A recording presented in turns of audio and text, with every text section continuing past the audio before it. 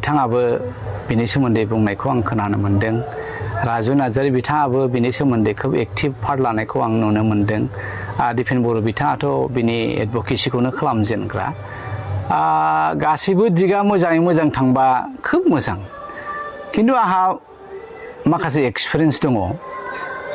आङो लोगोसे एबसुजोंनो थाफानानै आन्दलन खालामबोनाय, लोगोसे एनडिएफबिजों थाफानानै आन्दलन खालामबोनाय। इउपिपिएलनि जेसेबां नेताफोर बिथांमोना एबसुनिफ्रायनो राग'बोनाय नेताफोर।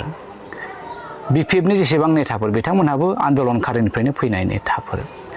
आङो नैबे ओरै एबसुनि लाइननिफ्राय थांनायखौ होननो सानदों। प्रमद बर'नि एंगेलजोंनो बांसिन गोब्राब जागोन नामा? खारन माखासे लिडार दङ इउपिपिएलआव, नामखौ आं दिनै लाया, नोंथांमोनाबो खोनासंनो नाजा।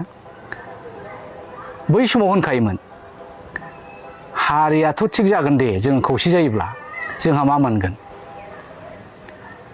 जेब्लानाखि इउनिटिनि खौसेथिनि खोथा फैदों अब्ला बे जिनिसा आंनाव हठात आंनि खर'आव नांफैदों आरो बै आन्दलन खालामनाय समावनो जेब्ला जोङो बै बिएनसि बड' नेशनेल कनफारेन्सनि एडभकेसिखौ खालामदोंमोन आरो जेब्रा मोनहा, पिपुल जयेन्ट एक्सन कमिटिनिफ्राय गर्जन मोनहा जोङो जयैनो जेब्लानाखि एनडिएफबि एबसुखौ ज' जाजानो लुबैदोंमोन, बिपिएफखौ ज' जाजानो लुबैदोंमोन, बै समावनो माखासे एबसुनि नेताफ्रा इउपिपिएल नेताफ्रा होनखायोमोन खौसे जायोब्ला हारिया मोजां जागोन, हारिहा मोजां जागोन, नाथाय जोंहा मा मोनगोन।